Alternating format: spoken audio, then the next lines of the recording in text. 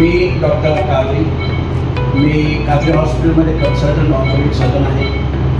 आमच्या काजरी हॉस्पिटलमध्ये सर्व प्रकारचे ऑर्थोपेडिक ऑपरेशन होतात. अत्यंत धोकादायक अशा बांधकाम उद्योगात पोटाची खळगी भरण्यासाठी बांधकाम कामगार ऊन वारा पावसाची तमानं बाळगता स्वतःचा जीव धोक्यात घालून काम करतात. अशा कामगारांना कोणतीच सामाजिक सुरक्षा, कामगार कायद्याचं संरक्षण नव्हतं. अशातच कोल्हापूर येथे बांधकाम करताना एका कामगाराचा दुर्दैवी अपघात झाला. त्यांना उपचारासाठी मुंबईत दाखल करण्यात आलं, मात्र उपचारादरम्यान त्यांचा मृत्यू झाला. याची माहिती घेऊन विधिमंडळात प्रश्न उपस्थित करून बांधकाम कामगार कल्याणकारी मंडळ स्थापन करण्यास सरकारला भाग पाडलं. बांधकाम धारकांकडून 1% सेस घेऊन त्या सेसमधून बांधकाम कामगारांना लाभ देण्याची तरतूद करायला लावली. त्यामुळे आज महाराष्ट्रातील सबंध कामगारांना लाभ मिळतोय. कल्याणकारी मंडळ योजनांच्या अंमलबजावणीत सरकार उदासीन असून येत्या काळात कामगार विरोधी धोरणं राबवणाऱ्या सरकारचा पराभव करा आणि जनतेच्या हिताची धोरणं राबवणाऱ्या सरकारचाच सत्तेत आणा, असं आवाहन ज्येष्ठ नेते माजी आमदार कॉम्रेड नरसाई ॲडम मास्तर यांनी केलंय. शुक्रवारी 8 मार्च रोजी जागतिक महिला दिनाचं औचित्य साधून लालबावटा कामगार युनियनच्या वतीनं बांधकाम कामगार कल्याणकारी मंडळामार्फत प्रत्येक नोंदित कामगारांना 17 प्रकारच्या 30 नगांचे गृहोपयोगी वस्तूंचे संच देण्यात आले. त्याच्या वितरण कार्यक्रमाच्या वेळी माजी नगरसेविका कॉम्रेड कामिनीताई ॲडम यांच्या अध्यक्षतेखाली मोदी येथील मसिहा चौक येथे हा कार्यक्रम पार पडला. या कार्यक्रमाचं प्रास्ताविक प्राध्यापक अब्राहम कुमार यांनी केलं, तर सूत्रसंचालन व आभार प्रदर्शन ॲडव्होकेट अनिल वासम यांनी केलं.